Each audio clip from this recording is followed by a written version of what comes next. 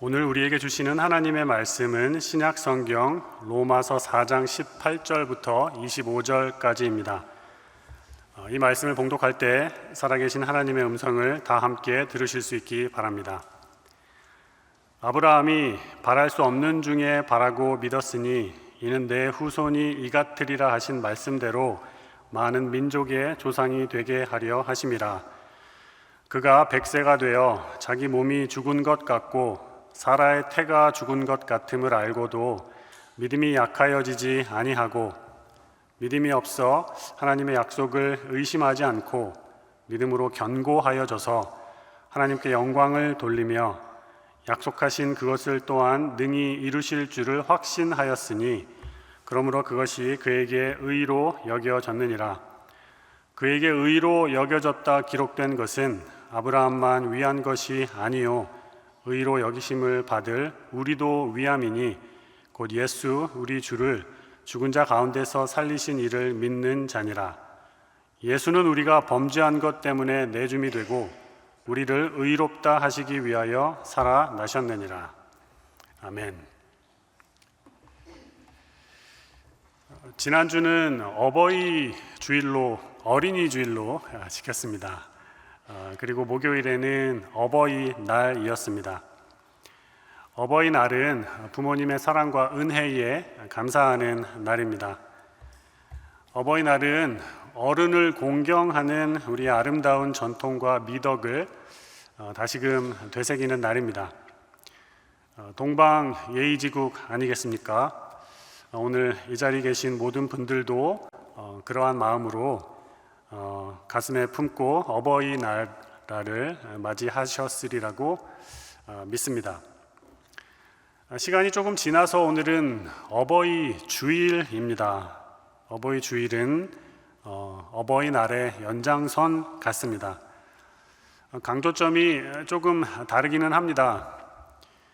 부모님에게 감사하는 날이 어버이날이라면 어버이 주일은 부모님을 우리에게 허락하신 하나님께 감사와 찬송과 영광을 돌리는 날입니다. 드리고 싶은 말씀은요, 혹시라도 부모님께 연락을 드리지 못했거나 찾아가서 뵙지 못했던 시간이 있으면 어버이 주일이니까 예배 끝나고 연락도 한번 드려보는 것이 어떨까 합니다.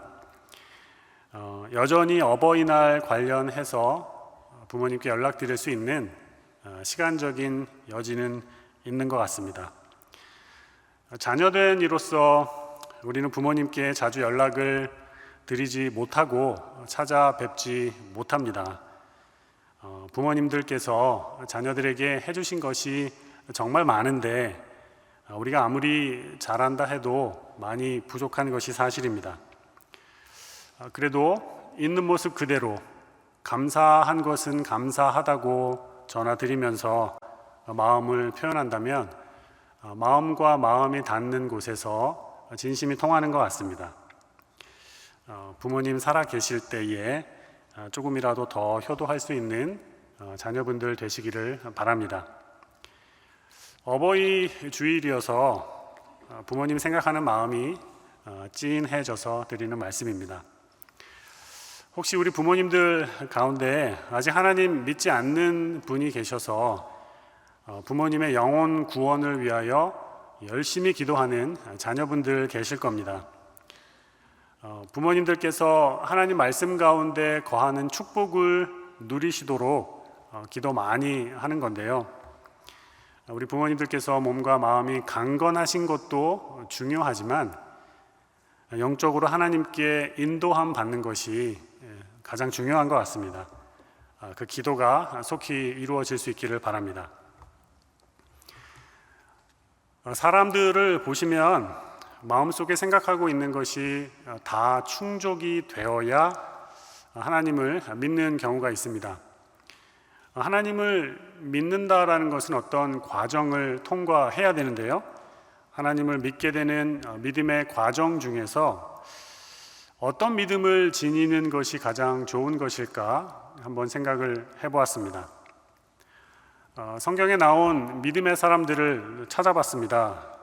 성경에 나오는 사람들 중에서 누구 믿음이 가장 센가 스스로에게 물어보니 답변을 하기가 그렇게 쉽지는 않았습니다. 한번 생각해 보시기를 바랍니다.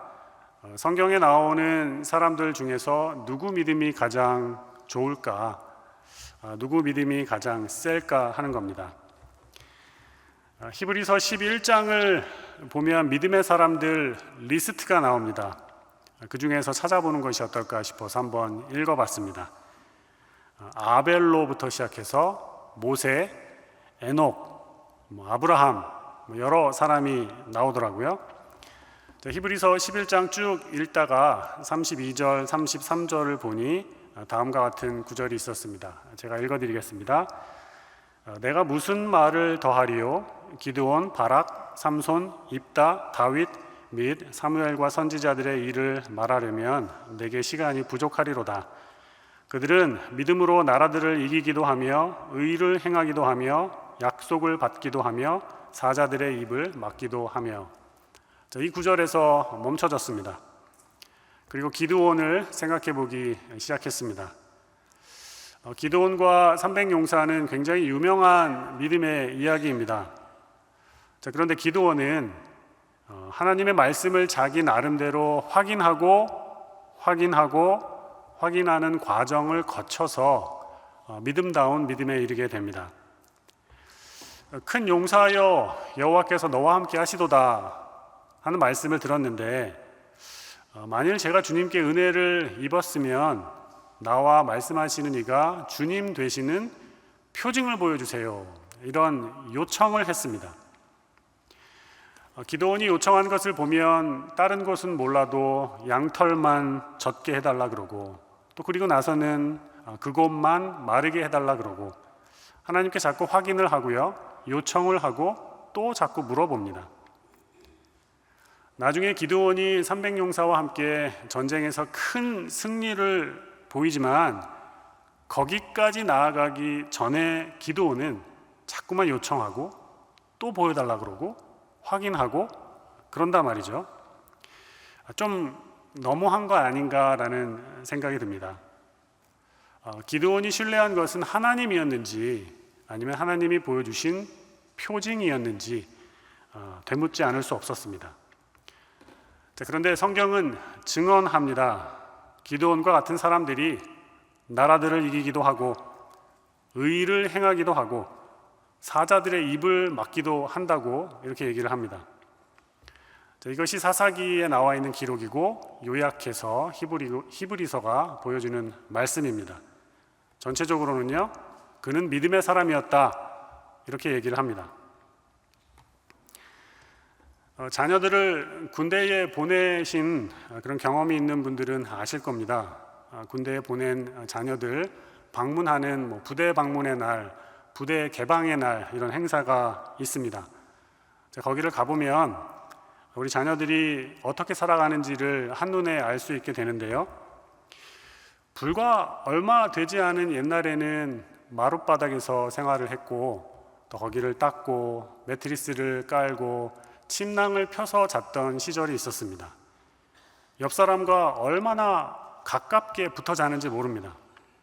그런데 요새 군대는요, 침대 생활을 합니다. 식탁과 테이블까지 있고 내무실 반도 넉넉하고 공간도 좋습니다. 그래서 부대 개방의 날 행사를 가보면 아버님들이 입을 딱 벌리고 놀라서 중대장님을 쳐다봅니다. 이게 도대체 어떻게 된 일입니까? 그러면 중대장님이 웃으면서 이야기하십니다. 아버님들 다 전부 똑같은 반응을 하십니다. 이런 얘기를 합니다. 부모된 이에게 의문이 들어갑니다. 이렇게 편하게 지내다가 전쟁할 수 있을까? 이들이 과연 나라를 지킬 수 있을까라는 그런 마음이 듭니다. 어디까지나 자녀를 바라보는 부모의 마음인데요, 믿음의 사람들에 대해서도 비슷한 느낌이 있습니다. 히브리서 11장에 나오는 사람들을 보시면 성경을 많이 읽으신 분들은 아실 겁니다. 하나같이 다 모자릅니다. 거의 다 그렇습니다. 제대로 된 사람이 몇 명 있기는 한데요. 한 사람 한 사람 디테일을 보시면 믿음의 사람들인데 이렇게 연약해도 되는 건가 하는 의문이 듭니다. 어쩔 때는 걱정이 너무 돼서 이 사람을 믿음의 사람이라고 할 수 있는가 물어볼 때도 있습니다. 하나같이 문제가 있습니다. 약점들이 있습니다.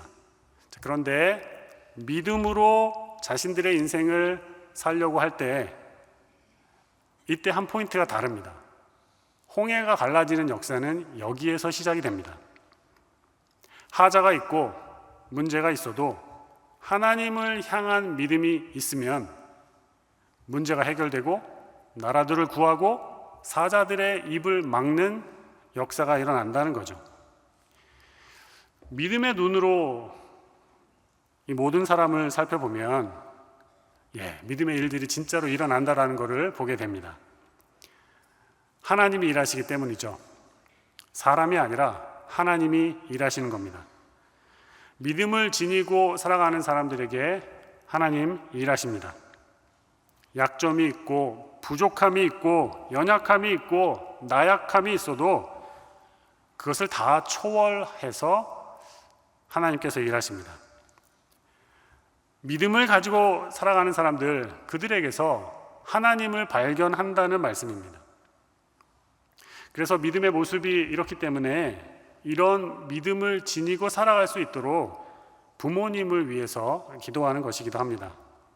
하나님 붙들어 주십시오. 하나님 도와주십시오. 하나님 인도해 주십시오. 바라고 믿는 거죠. 현재를 살아가는 모습도 그렇고 죽음 이후를 바라보는 모습도 그렇습니다. 그래서요, 누구 믿음이 가장 센가, 누구 믿음이 가장 좋은가 혼자 물어보고 있다가요, 도토리 키재기이구나 이런 생각이 들었습니다. 믿음이 크고 작고 높고 넓은 것은 그것을 비교하는 것은 무의미합니다.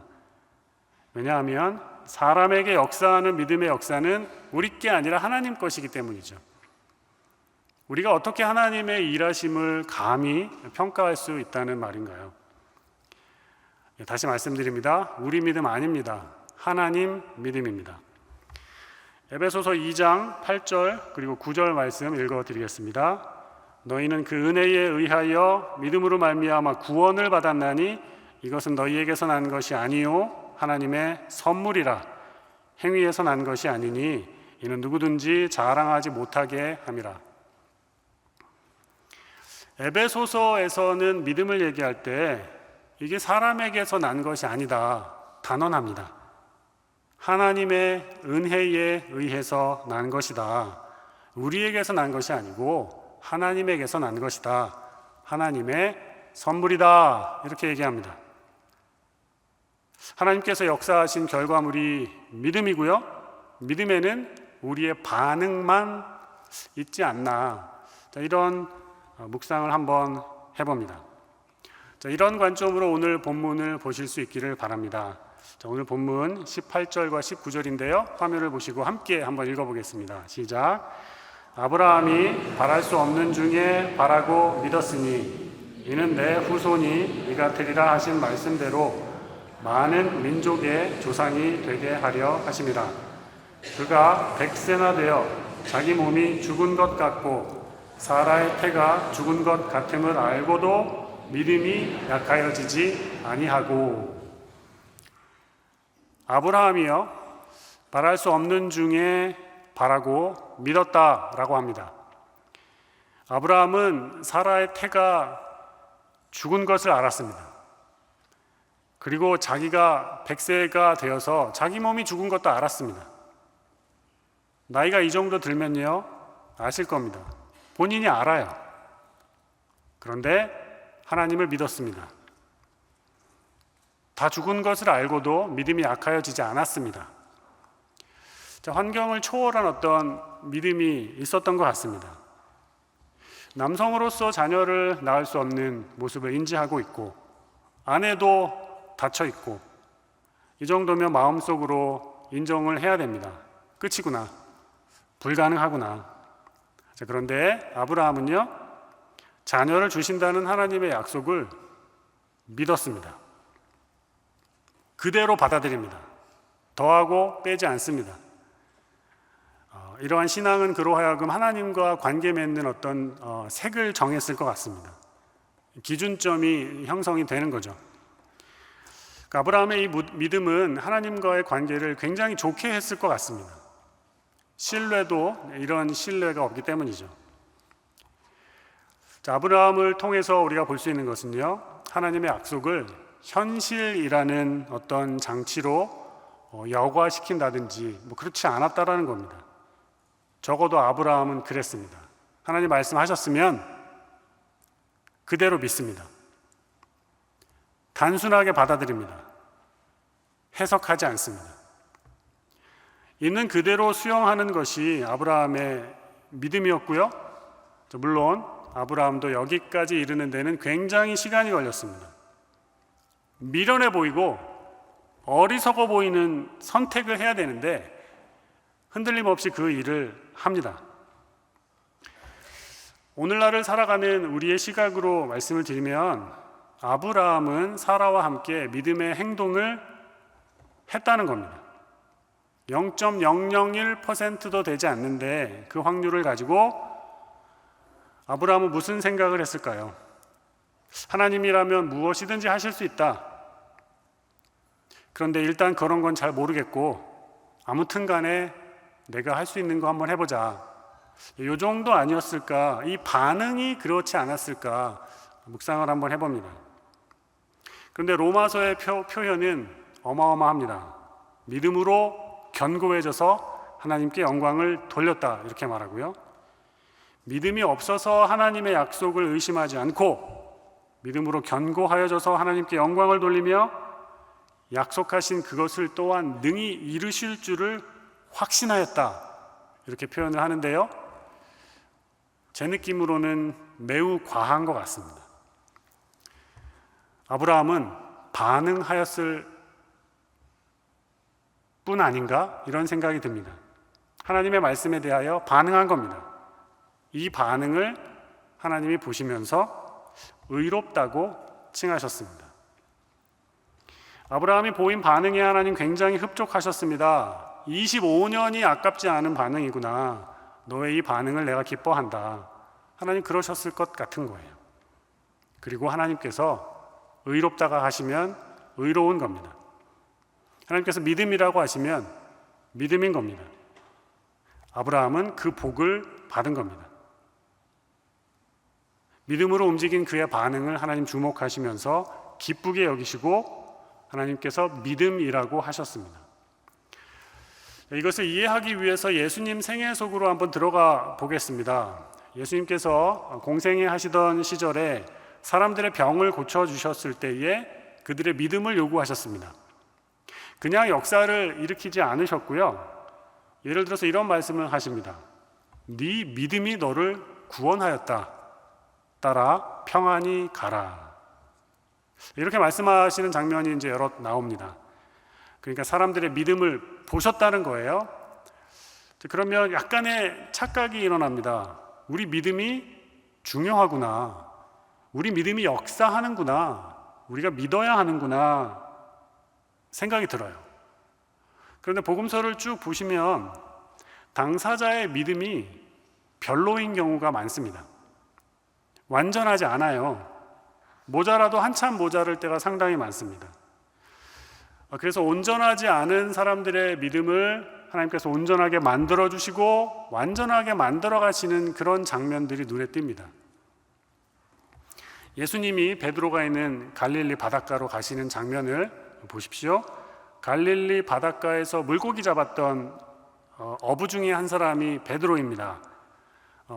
이 장면이 있죠. 밤새도록 그물을 내리고 수고했는데 물고기 한 마리도 잡지 못하고 그 다음날 그물을 씻고 있는 장면이 있습니다. 예수님이 그것을 보시고 다가가십니다. 그물을 정리하고 있는 사람들에게 주님이 말씀하시죠. 깊은 데로 가자. 그물을 던져라. 베드로에게 하신 말씀인데요. 이때는 베드로가 예수님 만난 지 얼마 되지 않은 때입니다. 예수님을 많이 따라다니고 오병이어를 보고 그랬으면 바로 행동을 했을 텐데요. 그때가 아닙니다. 아직 주님이 누구이신지 어떤 능력을 지니고 계신지 몰랐을 때예요. 그리고 베드로는 갈릴리 바닷가 출신의 고기잡이입니다. 늘 바다에서 살아온 사람이고 전문가이죠. 자기 동네입니다. 그런데 예수님은 목수였고 물을 모르는 사람이에요. 그가 하는 말입니다. 깊은 데로 가서 그물을 던져라. 설교와 성경 공부를 통해서 이제 많이 알고 계시죠? 이건 상식과 평생 경험에 어긋나는 거여서 이거는 순종하기 어려운 일입니다. 그런데 주님의 말씀은 하나도 말이 되지 않는데 베드로가 순종합니다. 그러니까 여기가 이상한 거예요. 밤이 맞도록 수고를 하였으나 말씀에 의지하여서 그물을 던지겠습니다. 베드로가 이렇게 얘기를 합니다. 그런데 속으로는 이거는 말이 안 되는 일입니다. 기가 막혀서 말이 안 나옵니다. 주님, 이 말씀 아닌 거 제가 아는데요. 이러면서 순종한 겁니다. 의심이 있었지만 순종한 겁니다. 아마 그랬을 것 같아요. 빈금을 나오면 그때 가서 주님 다시 얘기하십시다. 베드로는 물고기를 잡을 거라고 생각하지 않았습니다. 그런데 선생님이 말씀하시니까 제가 한 번 더 던지겠습니다. 선생님 체면도 있으시고 제가 그렇게 하겠습니다. 한 거죠. 그런데 물고기가 가득 잡혔습니다. 말이 안 되는 상황이 벌어진 겁니다. 그래서 베드로와 함께 있었던 모든 사람들이 다 놀랐습니다. 뭐라 그럽니까? 꿇어 엎드리며 주님 나를 떠나소서 나는 죄인입니다. 이 얘기를 합니다. 베드로가 하는 말은요, 의심하고 비난하고 비판했다는 거죠. 베드로는 의심한 겁니다. 그런데 순종했습니다. 이거를 믿음이라고 주님이 하십니다. 이거를 의롭다고 말씀하시면 의로운 겁니다. 겉으로 표현하지 않았습니다. 속으로는 오만 가지 억측이 난무하고 주님 이거 왜 하시는 겁니까? 오늘 좀 이상하시네. 아침을 잘못 드셨나? 여러 가지 생각을 했을 겁니다. 그리고 제가 죄인입니다 라고 했었을 때에 그가 죄라고 생각하는 어떤 행동들을 생각들을 했을 거라는 거죠. 그런데 주님께서 그의 반응을 주목하셨습니다. 불평하고 의문을 가지고 있을지언정 그가 반응한 그 모습을 보시면서 의롭다고 하십니다. 베드로는 이거를 믿음이라고 말할 수 없었겠죠. 그런데 주님께서는 믿음이라고 하십니다. 칭의는 이런 겁니다. 주님께서 그렇다고 하시면 그런 겁니다. 주님께서 네가 의롭다, 믿음 있다, 그러면 그렇게 되는 겁니다. 네가 이제부터 수제자다, 반석이다, 그럼 그렇게 되는 겁니다. 마음의 확신이 갈 때까지 움직이지 않는 사람이 있다고 말씀을 드렸습니다. 무엇인가 확실하지 않으면 절대로 움직이지 않는 사람들은요, 표적을 보고 또 보고 계속 봐도 손가락도 움직이지 않습니다. 그런데 의심을 하면서도 순종하는 모습, 굉장히 부족하지만 반응한 사람, 반응한 모습, 주님께서 귀히 여겨주십니다. 기드온이 300용사를 이끌고 전장으로 나가기 전에 그가 표적을 보고 또 보고 하다가 의심이 가득했는데 그나마 어쨌든 움직여서 갔습니다. 결과적으로 반응한 거죠. 자, 여기 보시면 베드로는 그 반응의 시간이 굉장히 짧습니다. 의심이 80%이고요. 이거 믿어도 된가? 여러 가지 생각이 한 10%? 끝나고 나서 말씀드려야겠다. 뭐 한 5%? 믿음이 1% 있었을지 모르겠습니다. 그래도 반응하면 됩니다. 우리 주님께서 우리 믿음을 통해서 일하시면 가능합니다. 예수님께서 원하시는 수준의 믿음을 지니고 있는 사람은 얼마나 될까 생각을 한번 해봅니다. 확신으로 움직인 사람보다 뭔가 좀 그런데 움직인 이런 사람들이 더 많고요. 지금 뭐 하는 거냐? 이거 뭐지? 이래도 되는 거야? 이거 왜 하는 건데? 이런저런 이야기하면서 마지못해 움직이는 혹은 반응하는 그것을 믿음으로 여겨주실 때가 있습니다. 아브라함에게도 이런 모습이 있지 않았을까 싶습니다. 아브라함이 하나님을 믿음에 이것을 의로 여기셨다 하는데 아브라함의 믿음은 신통치 않았습니다. 약속의 땅을 준다고 했고 후사를 준다고 했는데 아시다시피 약속의 땅에 기근이 일어나니 애굽으로 도망가고요. 아들을 준다고 분명히 말씀하셨는데 기다린 시간만 25년이 되고 그리고 하갈을 통해서 아들 문제를 해결하려고 했습니다. 그래서 집안이 무너질 뻔한 위기를 겪기도 하죠. 휘청휘청하는 삶을 살았습니다. 중간에 기다림이 너무 길어지니까 엄청나게 갈팡질팡했습니다. 그런데 시간이 지나서 사라와 함께 보인 행동이 있습니다. 반응이 있죠. 하나님께서 의로 여겨주십니다. 그럼 누구의 믿음인가요? 아브라함의 믿음인가요? 하나님의 믿음인가요? 구원 사건이 일어난다고 했었을 때에 누구의 구원인가요? 하나님의 구원인가요? 아브라함의 구원인가요? 하나님의 구원이고 하나님의 믿음입니다. 아브라함을 의롭다고 여겨주시는 믿음은 하나님 하신 일입니다. 우리가 믿어봤자 얼마나 믿을 수 있습니까? 우리의 믿음이 1이면 99를 더해주시는 분은 하나님이십니다. 반신반의해서 이게 될까 하는 모습에 마지못해 반응한 모습이 1이라면 99를 하나님 더해주십니다. 믿음 있다고 믿음의 조상으로 여겨주시고 믿음의 사람으로 만들어주시고 믿음의 역사를 일으켜주시는 분은 하나님이십니다. 그러므로 이것이 너희에게서 난 것이 아니요 하나님의 선물이라 이 말씀이 맞습니다. 우리는 믿음의 여정을 살아갈 때 많이 부족하다고 느낄 때가 많습니다. 그리고 믿음이 센 분들과 비교하면서 낙심할 때도 많습니다. 그런데 오늘 말씀드린 성경을 통해서 얻을 수 있는 통찰이 한 가지 있습니다. 하나님께서는 우리 각자의 믿음의 크기나 강함과 온전함과 완전함을 기준으로 삼지 않으십니다. 연약함과 의심과 불완전함 속에서도 그분을 향하여서 발걸음 하나 크게 떼었을 때 그 미약한 순종을 의롭다 하시고 믿음이라 하십니다.